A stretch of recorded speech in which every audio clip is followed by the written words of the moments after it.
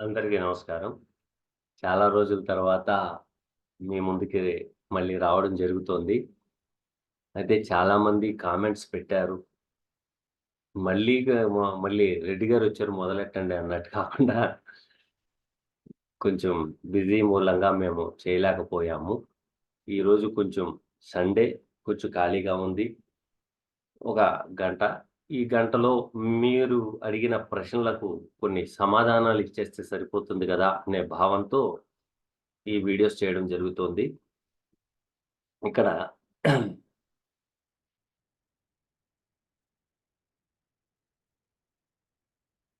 శ్రీధర్ గారు, శ్రీధర్ గారు ఒక ప్రశ్న వేశారు.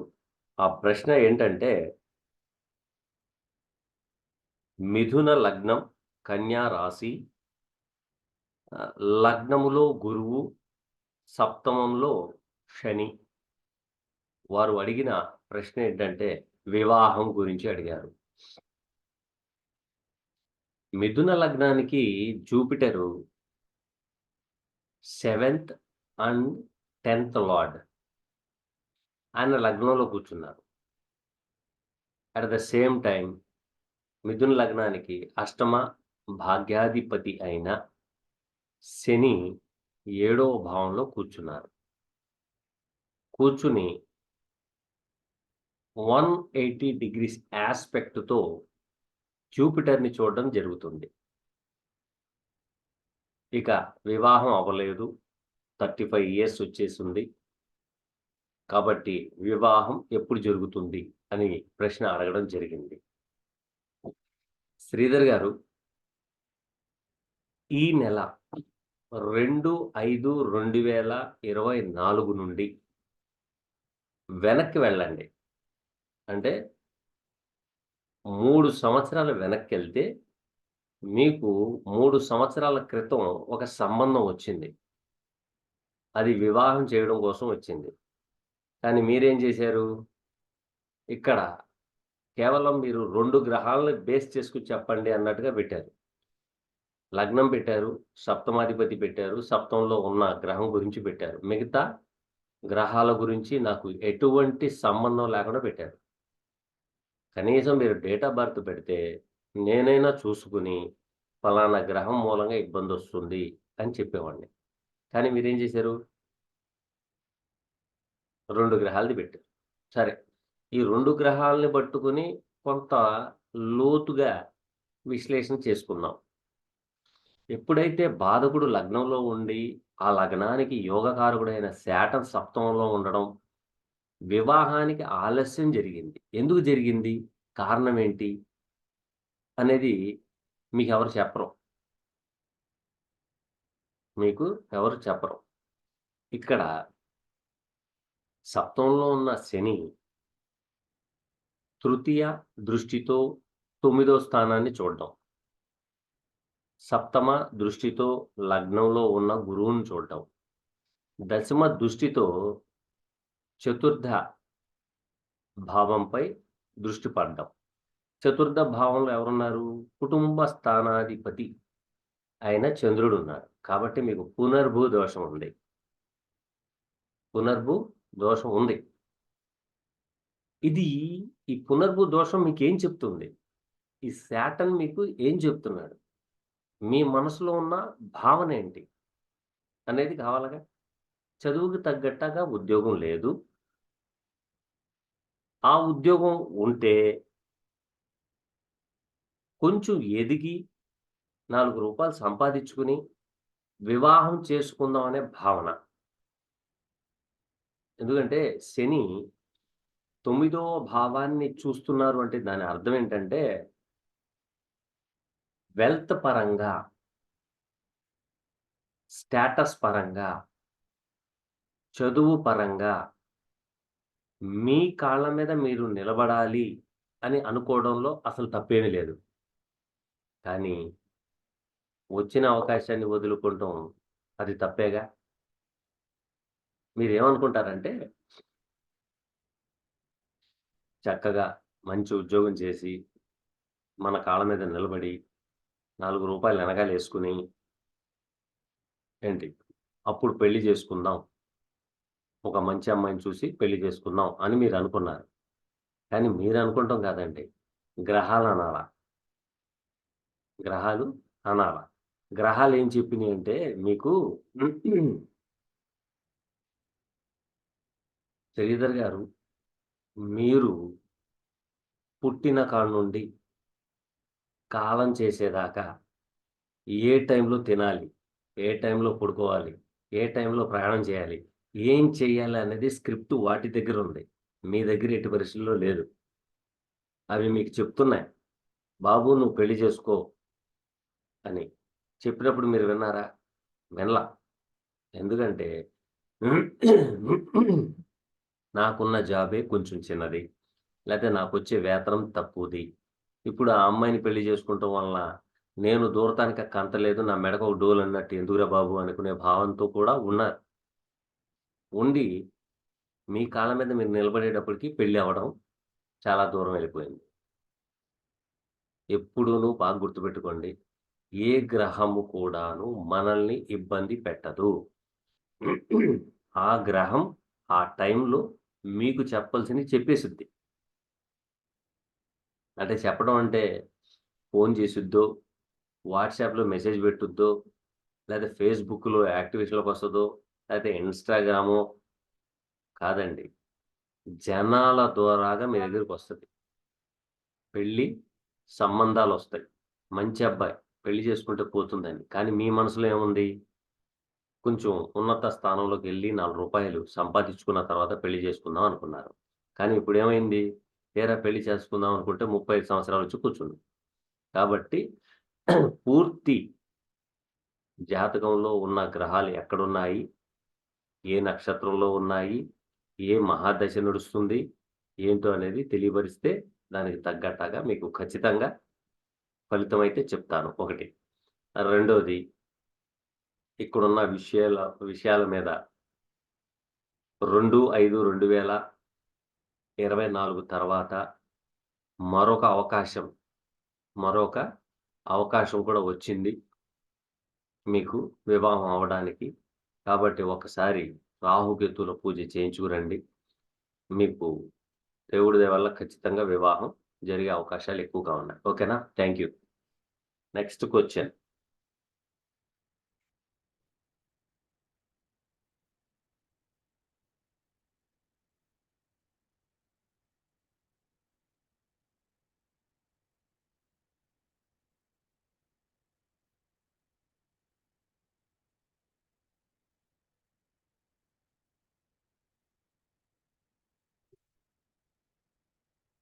ఇక్కడ మళ్ళీ ఏం చేశారంటే ఎస్‌జే‌డీజే జగదీష్ గారనమాట. మళ్ళీ జగదీష్ గారు ఏమడుగుతున్నారంటే, సార్ నమస్కారం. ధనుర్ లగ్నం. లగ్నంకు 7వ హౌస్‌లో రవి, బుధులు ఉన్నారు. ఏమన్నా రిస్క్ ఉంటుందా? అని అడిగారు. ఎవరు? జగదీష్ గారు అడిగారు. రిస్క్ ఏమన్నా ఉంటుందా సప్తమ భావంలో? అని అడిగారు. సప్తమ భావంలో ఉన్న మెర్క్యూరీ అండ్ రవి మంచి ఫలితాలిస్తారు. కానీ దాన్ని పూర్తిగా చెడగొట్టుకునేదెవరు? మీరే. కారణం ఏంటంటే, బుధుడు కన్యా రాశిలో ఉన్న ఫలితాలు వేరుగా ఇస్తాడు. అలాగే మిథునానికి వేరుగా ఇస్తాడు. రిస్క్‌లేమి ఉండవు. కంగారు పడాల్సిన అవసరం ఏమి లేదు. ఓకేనా? కాబట్టి మీరు ముందుకు సాగండి. సాగేటప్పుడు మీరు చేయాల్సిన పనేంటంటే, మీకు ఎటువంటి రిస్క్ వచ్చినా కూడాను మీరు తీసుకోవాల్సిన ఫస్ట్ జాగ్రత్త ఏంటంటే, చిన్న పిల్లలకి పుస్తకాలివ్వండి. చిన్న పిల్లలకి పెన్నులివ్వండి.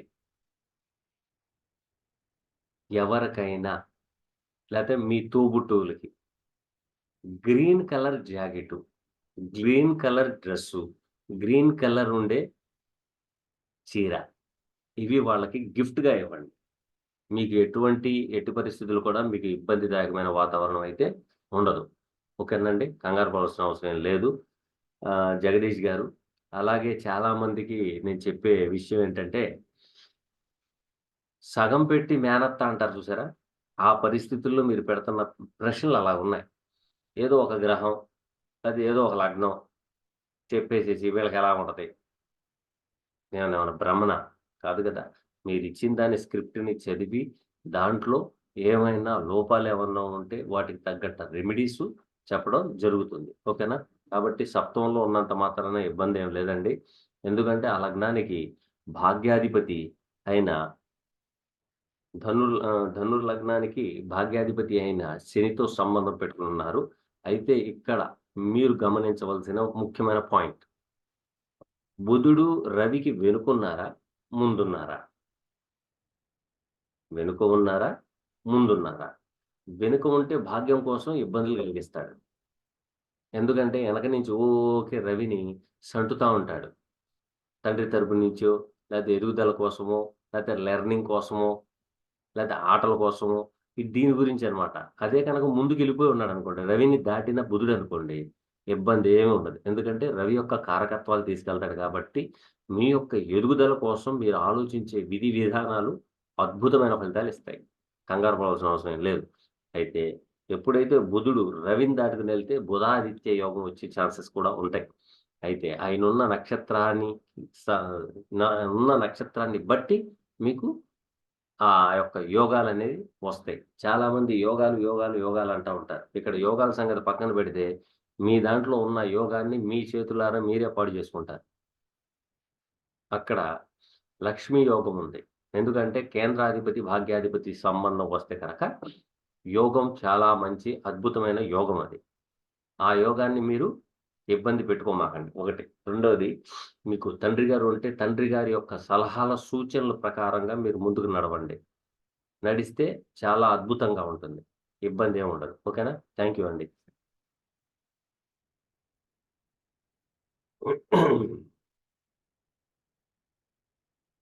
ఇంకోళ్ళడుగుతున్నారు. వేణు ఫణీంద్ర అనుకుంటా. వేణు ఫణి గారు అడుగుతున్నారు. గురువుగారికి లగ్నం మిథునం, రాశి కర్కాటకం. ఏది ముఖ్యం? దయచేసి తెలుపగలరని ప్రార్థిస్తున్నాను. వేణుగారు ఒక విషయం చెప్తానండి. లగ్నం గొప్పదా? లేక రాశి గొప్పదా? లగ్నం లేకుండా రాశి ఉండదు. రాశి ఉన్నప్పుడు లగ్నం కూడా ఉంటుంది. చంద్రుడు మనస్కారకుడు, ఆలోచన కారకుడు. ఓకేనా? కోరికల కారకుడు. కుచితమైన మనస్తత్వానికి కారకుడు. సబ్‌కాన్షియస్‌కి కారకుడు. అయితే చంద్రుడు మనస్కారకుడు కాబట్టి ఫర్ సపోజ్,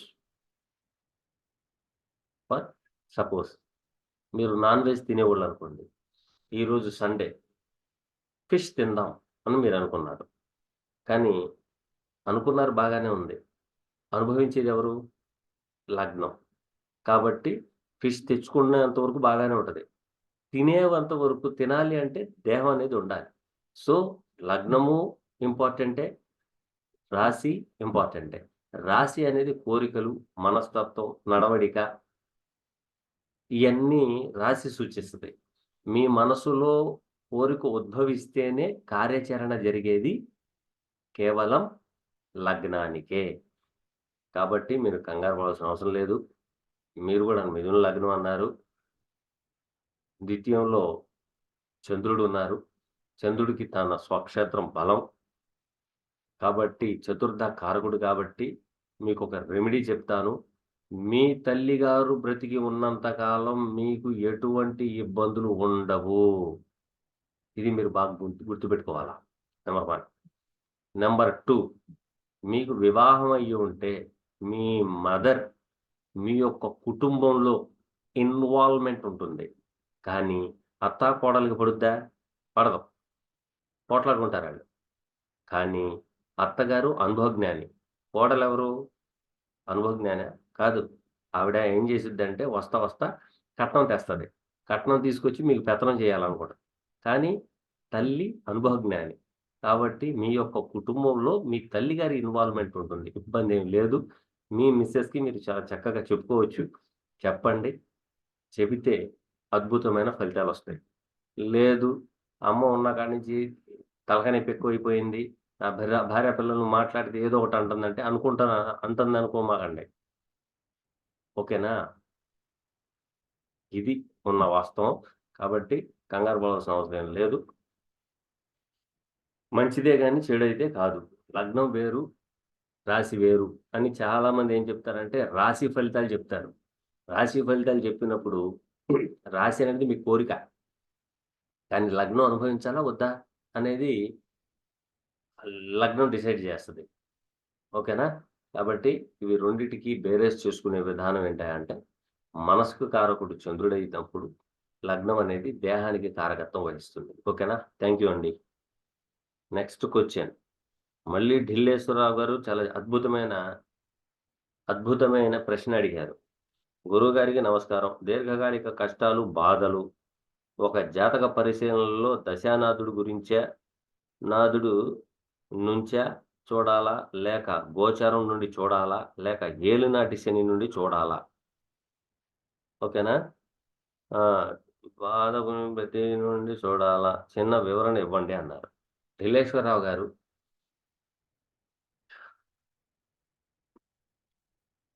మీకు బాగా విపరీతంగా డబ్బులొచ్చినియి. అంటే ఆ మహాదశానాథుడికి 2తో, 11తో సంబంధం ఉంటది. అలాగే 6తో కూడా సంబంధం ఉంటది. 6 అనగానే శత్రువు, రుణము, రోగము, సేవ.